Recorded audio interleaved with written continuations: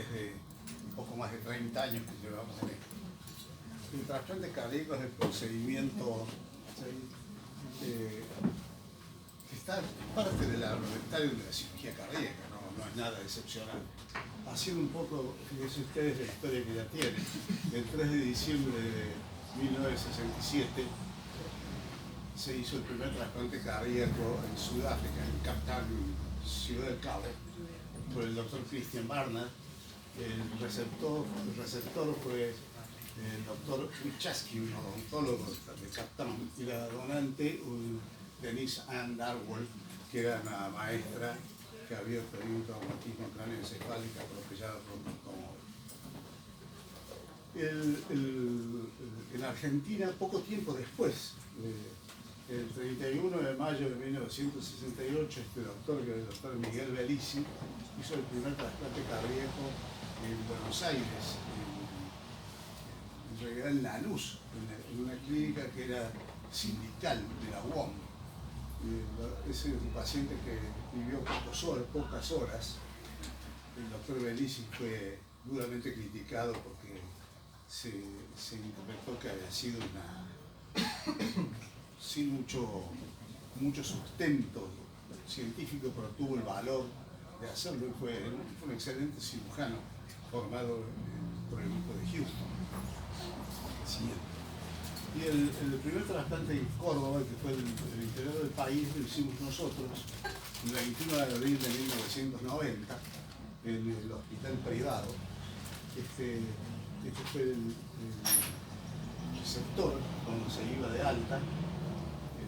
Era un paciente de 34 años con una miocardiopatía dilatada, idiopática, pero seguramente congénita, porque tenía un hermano que había fallecido de lo mismo unos años antes. Este paciente vivió durante 8 años con una muy buena calidad de vida y falleció porque en 2 oportunidades abandonó la medicación. La primera vez pudimos rescatarlo, el doctor Amuchastegui, que era el cardiólogo en ese momento, y la segunda vez fue imposible rescatarlo de un rechazo atroz que abandonó toda la medicación. Este es el creador, si bien el primer trasplante cardíaco lo hizo el doctor Christian Barnard, el creador, el que desarrolló no solamente la parte quirúrgica, sino toda la parte médica y especialmente inmunológica, fue el doctor Norman Shanway, que en el año 1973 enunció esto como indicación para el trasplante cardíaco. Esto es un enunciado que sigue teniendo vigencia. La indicación quirúrgica, si uno la puede resumir o la quiere decir un poco más simple, es el ultísimo recurso terapéutico para un grupo limitado de enfermos, para un grupo muy limitado de enfermos que tienen una enfermedad cardíaca terminal, refractaria a cualquier tratamiento médico o quirúrgico. La siguiente, el doctor Shanway murió en el año 2006. Esta es una curva que está en el libro de Campbell. Uno tiene una miocardiopatía dilatada severa, la sobrevida es esta. Con el trasplante cardíaco la sobrevida es esta, 5 años. Esto podemos cambiar en alguna medida la historia, cambiar temporariamente la historia natural o la evolución natural cuando una miocardiopatía dilatada, sea cual fuera el origen, va a seguir su curso inexorable sin trasplante. El siguiente. Decimos que una insuficiencia cardíaca grave y puede ser grave por múltiples factores, por el estado clínico, ya sea por la etiología. Esto va a llevar al número de internaciones que requiere un paciente en un año, en un tiempo limitado, por el estado hemodinámico, ya sea por el deterioro de las fracciones musculares de ambos ventrículos, por la presión de Wedge, por el índice cardíaco y la necesidad o no de soportes inotrópicos cuando requiere internación. manifestaciones. La capacidad funcional va a estar dada por la clasificación o el grado de insuficiencia cardíaca según la New York Heart Association, o el consumo de oxígeno, o el test de la caminata de 6 minutos. Y el estadio, por un estado metabólico neurohumoral, por la determinación de estos valores que, si bien algunos de estos no se hacen rutinariamente, este se hace cada vez más rutinariamente, es un buen predictor del grado y la severidad de la insuficiencia cardíaca. Y también por la presencia de arritmias benignas y malignas, especialmente cuando se trata de tormentas eléctricas. La siguiente. Y la evaluación para un paciente que considerar si podemos, en primer lugar, si tiene indicación de trasplantes, y en segundo lugar, si no tiene contraindicaciones del mismo, pues conversamos con este perfil de evaluación clínica, que como vemos es bastante simple y es algo que tenemos que sí cumplirlo. Ustedes, los que trabajamos juntos, compartimos el trabajo, saben que esto tenemos que hacerlo sí o sí. Y esto es algo que cada vez le damos más importancia. Y le damos mayor importancia porque a partir del 4º año de trasplantado, la tercera causa de muerte es abandono de tratamiento, como se murió nuestro primer paciente. Y ya hemos tenido varios pacientes que tienen abandono de tratamiento. Es inexplicable, pero es algo que sucede mucho más frecuente de lo que uno piensa en las enfermedades o en los estados crónicos, en la necesidad de medicación crónica, como puede ser la diabetes o los estados convulsivantes. La siguiente. Ya cuando pasamos de la evaluación general a una evaluación estrictamente cardiovascular, estos son los tests que vamos a hacer. Y le estamos últimamente dándole importancia a esto porque más o menos el 20 al 25% de los pacientes en lista de espera van a tener cirugías previas. Y cuando tienen cirugías previas es muy importante conocer el estado anatómico de ese mediastino después de que un paciente fue intervenido previamente. Y lo mismo para conocer algunas malformaciones congénitas, como puede ser un drenaje de vena cava izquierda, que si a uno lo sorprende en la sala de operaciones al momento del trasplante, puede ser un drama la persistencia de la cava izquierda. Y para eso uno debe estar preparado, y con una TAC torácica de alta resolución con contraste, eso tiene solución. La siguiente. Lo que hace el perfil inmunológico es muy simple, es el grupo AB0, el cross-match contra panel, y que últimamente nos está exigiendo el INCAI, que es el ente regulador de los trasplantes de tejidos en Argentina, el HLA, pero tenemos que hacerlo, analizarlo y evaluarlo en forma retrospectiva, por el tiempo que demora el HLA en procesarse. No tendríamos donantes, porque el proceso del HLA lleva más de 12 horas y no tenemos tiempo cuando aparece un donante para esperar el resultado y ver qué halotipos comparte o no el donante con nuestro receptor. La siguiente. Esto es lo que es el cross-match contra panel. Esta diapositiva, esta lámina la puse porque muchos de ustedes ya me han pasado y me preguntan, ¿por qué no explicar qué es cross-match? El cross-match es muy simple, confrontar linfocitos del receptor con un pool de sueros de diferentes individuos. Entonces, y ver qué grado de reactividad tienen los linfocitos con ese pool de sueros, ese conglomerado que generalmente es entre 40 y 50 individuos que se hizo el pool de sueros, y vemos cuando existe conglomerado es porque es positivo. Un cross-match positivo de menos del 5% nos hace, es aceptable, porque cuando es más del 5% tenemos que estar preparados porque puede ser rechazos extremadamente virulentos y en muchos casos torna al paciente intrasplantable. Esto sucede especialmente en pacientes que han recibido múltiples transfusiones sanguíneas previo el curso de su vida antes de la enfermedad cardíaca, o mujeres multíparas, como son enfermas multíparas, allí tenemos problemas. Nosotros evaluamos una vez una paciente de mi provincia de Catamarca que había tenido 14 hijos y tenía un cross-match de más del 60%, no hubo forma de trasplantar. Actualmente hay métodos de sensibilización que se pueden utilizar con resultados más o menos aceptables. El más frecuentemente usada es la plasmaféresis durante el trasplante y en el posoperatorio.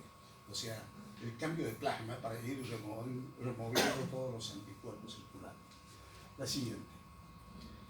En las indicaciones del trasplante cardíaco, estamos en el estado 3-4 de insuficiencia cardíaca, el consumo de oxígeno menor a 14 litros por kilogramo por minuto. Esto es la hospitalización es frecuente, no obstante tener un óptimo tratamiento. Eso habla de un estado de severidad y de descontrol de la enfermedad cardíaca. Y personalmente, para mí es de máximo valor la isquemia refractaria inoperable cuando se trata de cardiopatía isquémica.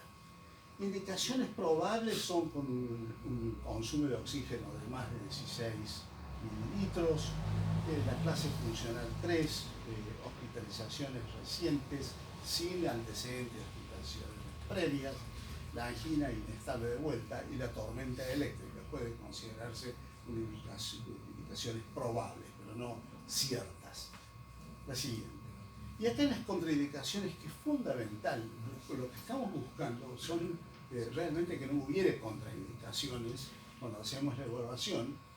Y esto consideramos una contraindicación cualquier enfermedad no cardíaca cuyas expectativas de vida están reducidas a 5 años. No consideramos que en una sociedad como la nuestra, en un país como el nuestro, donde tenemos una mortalidad de lista de espera del 30%, trasplantar individuos que tienen expectativas de vida de menos de 5 años, porque estamos privando a otro potencial receptor que se beneficiaría potencialmente por más tiempo. Las específicas, contraindicaciones específicas, así, no negociables, es la edad de más de 70 años.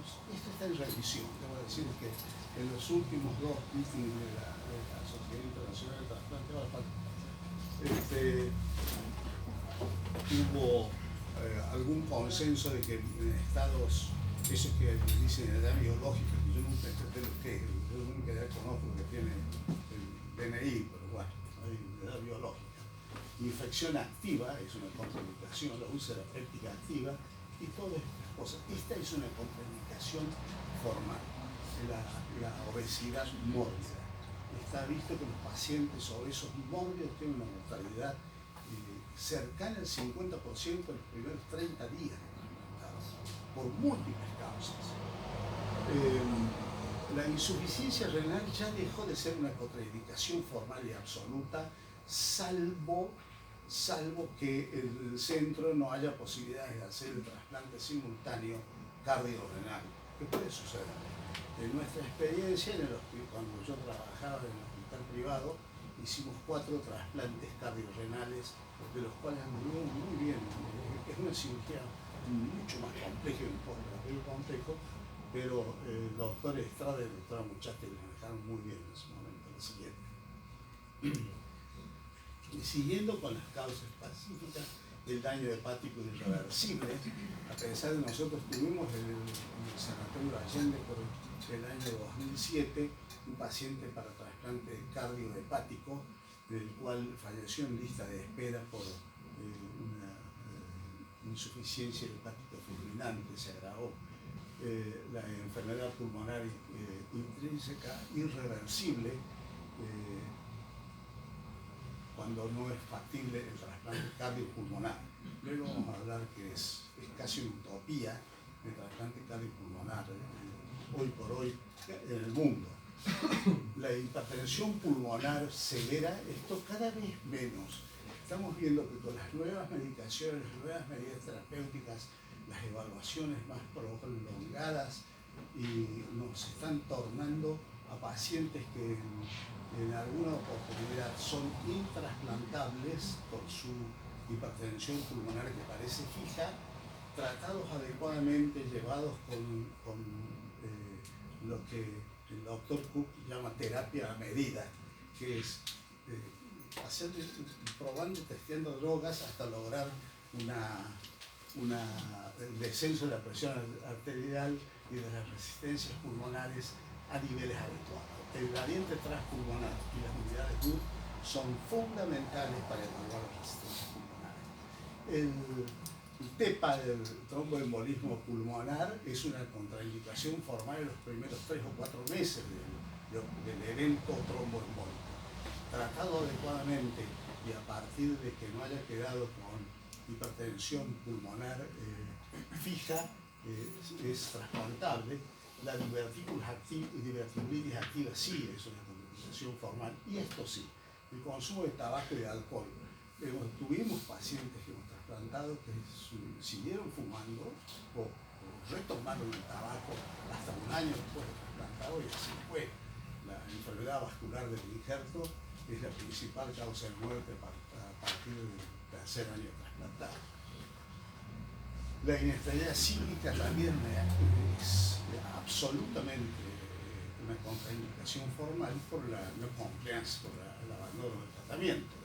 Y la falta de soporte socioeconómico, desgraciadamente, también es una contraindicación, porque no tener acceso a la medicación está condenado al fracaso rotundo de ese trasplante. Lo siguiente.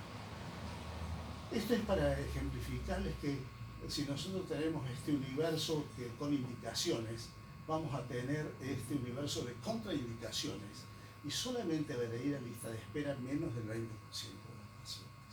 Es decir, que es para un grupo selecto, no es masivamente. Esto se va a ir ampliando, más que todo con las alternativas al trasplante ortotópico. La siguiente. Bueno, la clasificación clínica de los enfermos en lista de espera que tiene el INCUCAI, que es, repito, el órgano regulador a nivel nacional, tiene catalogado el estadio 1, es los enfermos que están en lista de espera, ya tenemos en lista de espera los pacientes, pero están con un tratamiento médico ambulatorio. El estadio 2 es cuando están internados en la unidad de cuidados críticos cardiológicos, con inotrópicos y vasodilatadores endovenosos, generalmente son inotrópicos. Y el estadio 3 es cuando están con algún tipo de dispositivo de asistencia circulatoria o asistencia respiratoria. Bueno, esto someramente lo que es la técnica quirúrgica se hace la exéresis completa del corazón. Esta es la vena cava superior, acá está la vena cava inferior, esta es la aorta que tiene el plan puesto, esta es la arteria, el tronco de la arteria pulmonar, y acá está el casquillo posterior de la aurícula izquierda con el drenaje de las 4 venas pulmonares. Esto es lo que queda del corazón propio del receptor. Y acá se implanta el corazón del donante uniendo las aurículas, luego las venas cavas.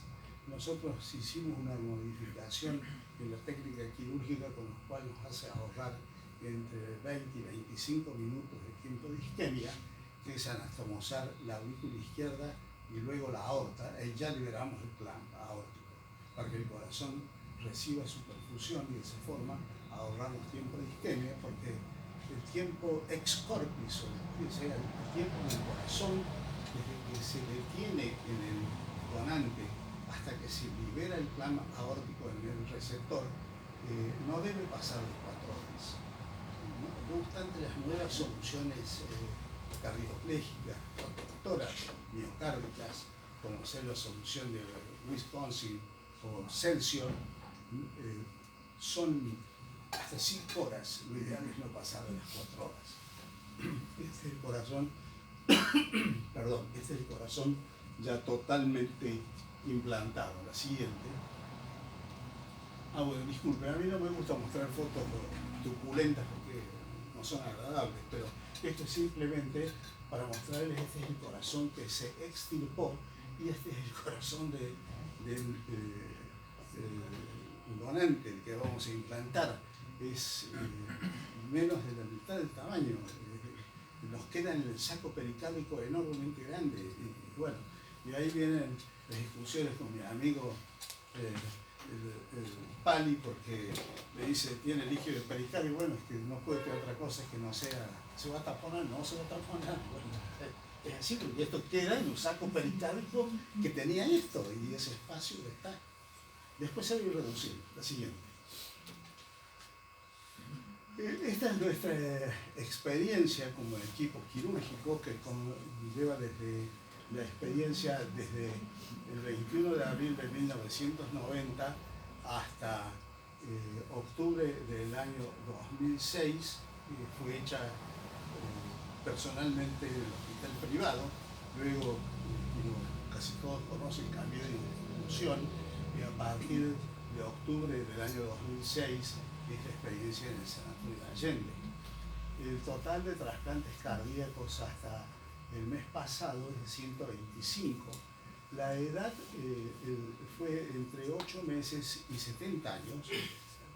Este es el número de varones y mujeres. El siguiente. El diagnóstico pretrasplante de estos 125 enfermos, vemos que entre la miocardiopatía idiopática y la isquémica son prácticamente los mismos, 42 y 44. Este es el porcentaje que un poco se cumple en el mundo, y el resto son cardiopatías congénitas que tuvimos al ángulo, el 1% de una amiloidosis que trasplantamos hace ya 2 años, ¿no? Y también hicimos el 11% chagásicos. Fuimos el primer grupo en el país que comenzó a trasplantar chagásicos. Debo decir que todos los chagásicos trasplantados con la inmunosupresión reactivaron su enfermedad de Chagas, pero fue mucho menos virulenta en atacar al corazón. ¿Por qué? No lo sabemos. Es como el Chagas que hay en Brasil. El Chagas de Brasil es un poco diferente al que hay en Argentina. En Brasil es más visceral, abdominal, hay más mesoesófago, colon, y no tanto cardíaco como el nuestro. El Chagas nuestro es más cardíaco. Nosotros, uno de los últimos pacientes chagásicos que tuvimos en el Sanatorio de Allende fue un paciente que a los 3 o 4 meses hizo una lesión trófica en una pierna, del cual se le cultivó tripanosomas, ahí tenía el parásito, así que activan la enfermedad. Hay distintos esquemas de inmunosupresión. El doctor Boschi, que es un cardiólogo de San Pablo, es el que mayor experiencia en el mundo tiene en trasplantes chagásicos, y tiene un esquema que también en algún momento lo explicamos, pero se positivizaba el cognitivo. La siguiente. El estado clínico al momento del trasplante, fíjense ustedes que electivos solo trasplantamos 29 enfermos de los 125, la mayor parte los trasplantamos en urgencia y 35 en emergencia. Es decir, que esto es altamente significativo de la falta de donantes. Quiere decir que se están trasplantando pacientes, este grupo de pacientes está teóricamente viviendo sus últimos 15 o 20 días de vida. Eso es nada más expresión de la falta de donantes. Aunque debo decirles que en los últimos 4 o 5 meses hubo un incremento de donantes en el país a partir de que se aprobó esa ley que lleva el nombre de Justina, que tuvo enorme difusión a nivel social y que se aprobó, se aplicó y parece ser que está dando algunos resultados. La siguiente. Esta fue la dispersión que hay entre el grupo etario de menos de 10 años, tenemos un trasplante de 8 meses en realidad. Y tenemos 11 enfermos de más de 61 años. Esto va a ir creciendo, cada vez estamos trasplantando pacientes más viejos. La siguiente.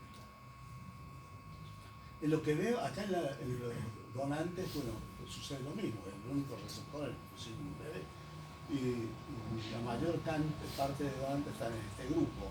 Hemos trasplantado solo 4 donantes de más de 50 años y esto lo debimos hacer. Teóricamente no deberíamos trasplantar donantes de más de 50 años. Pero cuando uno tiene un enfermo moribundo, con balón de contractualización, con respirador, y sabiendo que ya no tenemos más, aceptamos, ¿sí? Y eso nos ha valido un poco la crítica de ser osados, pero después nos hemos transformado en aceptar, de ser los campeones en aceptar receptores marginales. Y no nos fue mal, no nos fue mal. La siguiente. El estado de los, acá ven ustedes, donantes óptimos 52, o sea, menos de la mitad. Subóptimos 41, la mayoría. El subóptimo se llama porque están con drogas vasoactivas e inotrópicas. Y marginales son pacientes que tuvieron reanimación cardiovascular, fibrilaciones. Estos donantes sí, lo único que no hemos preocupado es de tener de que el paciente tolere el descenso de la norepinefrina. Si lo tolera y tenemos suerte de tener un ecocardiograma, créanme que no en todos los hospitales hay ecocardiogramas, inclusive en la capital federal es difícil conseguir un donante que le hayan hecho un ecocardiograma. Estos son ya los marginales, lo mismo que los pacientes más de 50, los donantes más de 50 años. La siguiente.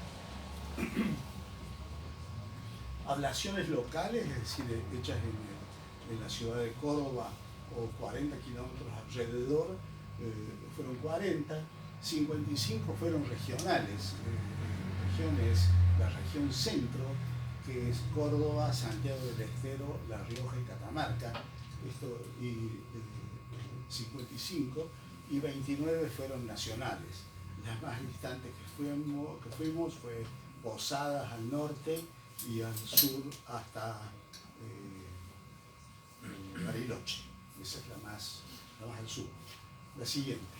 Esto es para ejemplificarles lo difícil, porque tenemos que tener 4 horas de corazón ex corpus con un avión a hélice, que son los que hay acá en Córdoba disponibles. Cubrimos este radio, podemos llegar a La Rioja, a Catamarca a duras penas, a Tucumán ya no, y no llegamos a Capital Federal, pero sí a Rosario y algunas partes del norte de Buenos Aires. En cambio, con un avión, un jet, podemos abarcar todo este radio, porque tenemos el tiempo suficiente, la logística adecuada para que no nos tarde más de 4 horas. La siguiente. Pero, por ejemplo, jamás podemos buscar el corazón a Santa Cruz. Imposible. ¿Qué hacemos con el paciente trasplantado? Y bueno, recibe el cuidado de cualquier cirugía cardíaca más la inmunosupresión.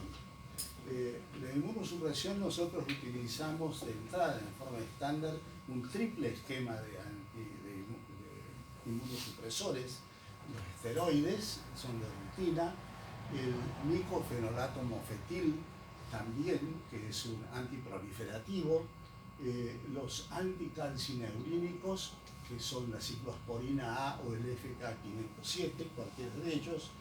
Nosotros utilizamos desde hace más o menos 10 años o 12 años casi exclusivamente FK.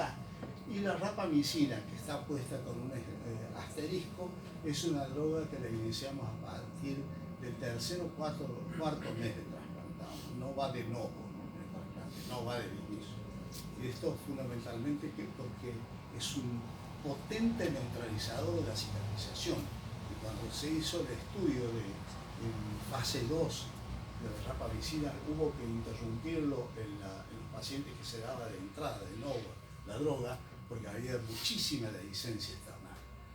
Este es el esquema básico nuestro: esteroides, micofenolato y FK. La rapamicina ya la manejan a partir del tercer o cuarto mes, está en manos de los cardiólogos. Siguiente. Hay situaciones en las cuales no se puede aplicar el esquema de inmunosupresión triple drogas de entrada.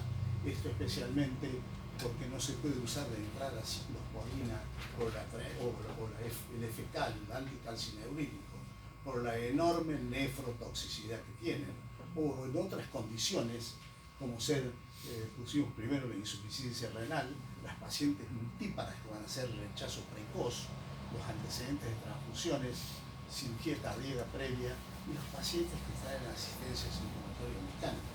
Ustedes ven que ya en nuestra experiencia hay 30 y pico de pacientes en asistencia circulatoria mecánica que tienen que recibir terapia de inducción con inmunosupresores muy potentes y por corto tiempo.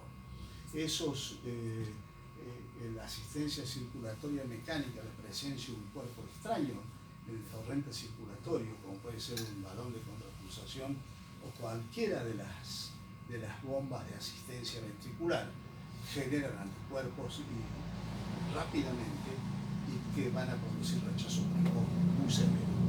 Lo que se utiliza la siguiente para la terapia de inducción, se utiliza muy poco, son el antitimocítico y el antilinfocítico. Son potentísimos, pero son poco específicos, tienen muchos efectos colaterales. El taclizumab no se va a usar más. Ayer leí que lo sacaron ayer, la FDA y la Comunidad Europea lo sacó de circulación porque produce trastornos neurológicos a largo plazo irreversibles. Y sí, por suerte, yo usé el taclizumab, no tuve ese problema, pero hace muchos años, cuando no existía el basilisumab, que esto es lo que estamos utilizando actualmente, esto es lo que estamos usando, ¿no? Esto se utiliza 2 horas antes del trasplante y 4 o 5 días después del trasplante, y eso nos permite iniciar los anticalcineurínicos una semana o 10 días más tarde, cuando recuperó la función renal o ya ha pasado ese riesgo inicial de la gran inmunogenicidad que produce el órgano recién implantado. Lo siguiente, el control de la inmunosupresión se hace por biopsia endopiocárdica. Este es un biótomo. En realidad en sus inicios se utilizaba el biótomo de Cals. Hace 32 años que estaba en Birmingham, en Estados Unidos, el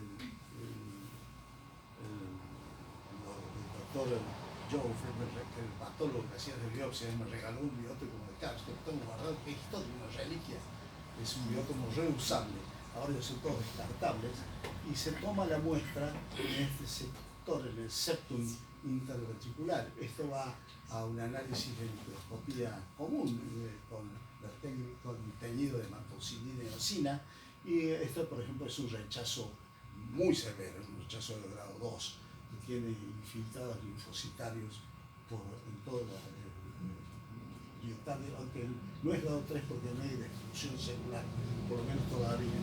La siguiente. En nuestra experiencia tuvimos diferentes causas de pacientes fallecidos en sus distintas etapas de la vida.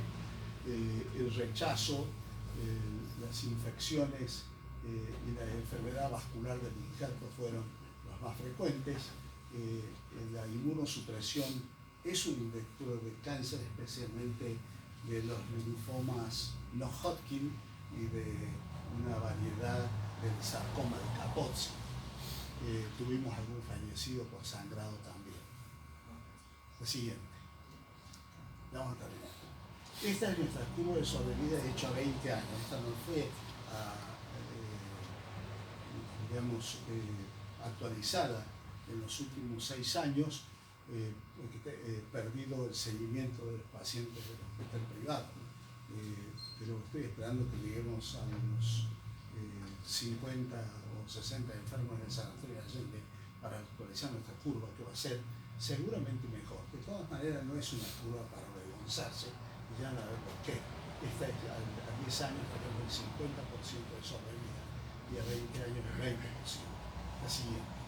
Cuando uno lo compara con la curva de la Sociedad Internacional de Trasplante de Corazón y de Pulmón, acá vemos en la etapa del año 92 al 2001, la curva de sobrevida a 10 años está en menos del 50% y en la etapa del 92 al 2001, que vendría a ser más o menos la nuestra, está ligeramente por arriba del 50%. Es decir, nuestros resultados son mostrables y no estamos por el mal camino. La siguiente. Les voy a hablar dos palabras sobre esto, que es la asistencia circulatoria mecánica, que a mi entender, acertado o equivocado, creo que los cirujanos, como el doctor Ramírez, Juan, que están acá presentes y son residentes en este momento, y ellos hagan trasplantes, se van a reír de mí de que hacía trasplantes de corazones de donantes humanos. Ellos van a trasplantar seguramente, o van a implantar, no trasplantar, sino implantar corazones mecánicos. Eso va a ser el futuro. El problema de los corazones mecánicos fueron históricamente cuatro. Uno, la fuente de energía. La fuente de energía de cómo abastecer, cómo proveer de energía a una máquina sin necesidad de atravesar la piel, que es atravesar la piel, romper esa barrera de la piel, es una fuente de infección extremadamente importante. Bueno, eso se solucionó. Ya están las nuevos ventricular system device, los nuevos PAT, que la transmisión de la energía se hace por sonda, por una placa externa que transmite ondas ultrasónicas que la capta una placa interna, las transforma en electricidad y hace generar la bomba. La segunda causa o gran problema de los corazones artificiales es la fatiga de materiales. Materiales que tienen millones de ciclos en un año. Imagínense ustedes lo que puede significar para los materiales. Eso ya fue solucionado con las nuevas aleaciones y especialmente con los compuestos cerámicos que no tienen prácticamente desgaste. La tercera gran inconveniente, y que sí esa sigue persistiendo, es la superficie no trombogénica. La superficie no trombogénica todavía no fue resuelta. En el año 2017, el NIH, o sea, el Ministerio de Salud Pública de Estados Unidos, invirtió $1.700 millones en investigación para una superficie no trombogénica, y no ha sido solucionado todavía. Y el cuarto, el costo. Esto sí se está solucionando porque a medida que más se van usando, van bajando los costos y se están pagando las investigaciones. Ya hay en este momento alrededor de 30.000 enfermos con un sistema de ventricular system device en forma definitiva, no como puente al trasplante, sino ya como terapia de destino. Esa es la última terapia. Y les pongo esto porque este es el que inventó el corazón artificial en el mundo y estudió en Córdoba y lo desarrolló en Córdoba, en la fábrica militar de aviones, el doctor Domingo Liotta. Y él fue el inventor y el que hizo el primer, no lo colocó él, pero él fue captado por Houston, por la Universidad de Baylor, fue llevado a los Estados Unidos y siguió trabajando en el laboratorio y lo implantó el doctor Cooley, que es este doctor, al primer corazón artificial. Ahora, cada vez que se habla de corazón artificial, se lo menciona a Liotta como el que inició todo. Todavía vive, tiene 96 años, vive en Buenos Aires. La siguiente. Esto es, lo pongo acá a colación porque lo hizo que fuera mi compañero de fellow y después mi jefe en trasplantes cardíacos en la Universidad de Birmingham, en Alabama, que comenzó con el uso de ventricular system device como terapia final, destination therapy. Y acá vamos a ver, en el año 2012, fíjense, la siguiente.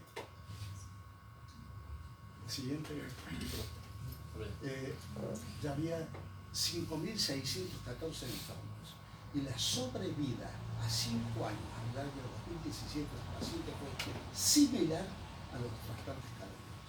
Y no existían las devices que hay hoy, de lo cual uno especula, o por lo menos es muy factible que tengan una sobrevida inclusive mejor que la del trasplante. La siguiente,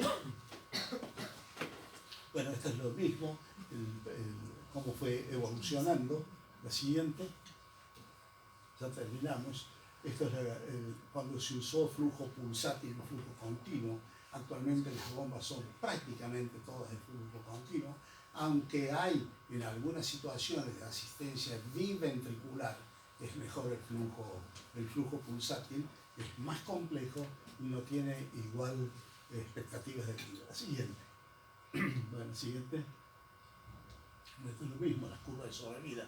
Fíjense, los pacientes trasplantados y los pacientes con ventricular assisted device, prácticamente lo mismo. La siguiente. Bueno, estos son los tipos. Esta es una bomba pulsátil y esta es una bomba, ya está en el Harvey 3, estamos ahora. Esta es una bomba que levita, no tiene contacto prácticamente la turbina que genera con la carcasa del dispositivo, lo cual ya no existe más desgaste. La siguiente.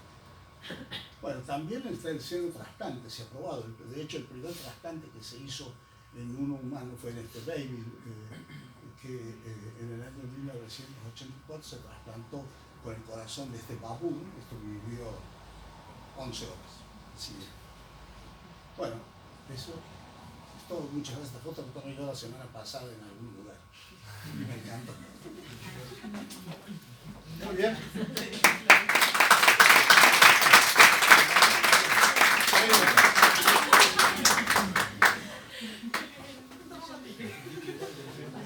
Yo tengo una pregunta, si nadie tiene. Eran dos preguntas que estaban más o menos relacionadas. Una ya la respondí muy bien, que tenía que ver con nuevos materiales para trasplantar. Y tiene que ver con la otra pregunta, que es ¿cuál diría usted que es la primer causa hoy para no trasplantar, por la que no se están trasplantando los pacientes que no se pueden trasplantar? Falta de donantes, pacientes que están muy descompensados, porque hay obesidad, por ejemplo, no sé, o diabetes descompensada, o cree que es simplemente la falta de donantes. ¿Acá en Argentina? Sí, en Córdoba particularmente, ¿cuál es la situación? Yo creo que es la falta de donantes. El 30% de los pacientes que están en lista de espera fallecen sin ser trasplantados, 33%. Así. Si uno tuviese que ser estadísticamente purista de la estadística, la mortalidad operatoria de trasplante no sería 11%, sería 44%, porque la intención de tratamiento es, y sin que se llegó al mismo, es de 33% que muere en lista de espera. ¿Sí? Uno debería ser, nadie lo hace, pues no es, bueno, es casi una falacia, pero desde el punto de vista estadístico, sí, la intención del tratamiento era trasplantarlo.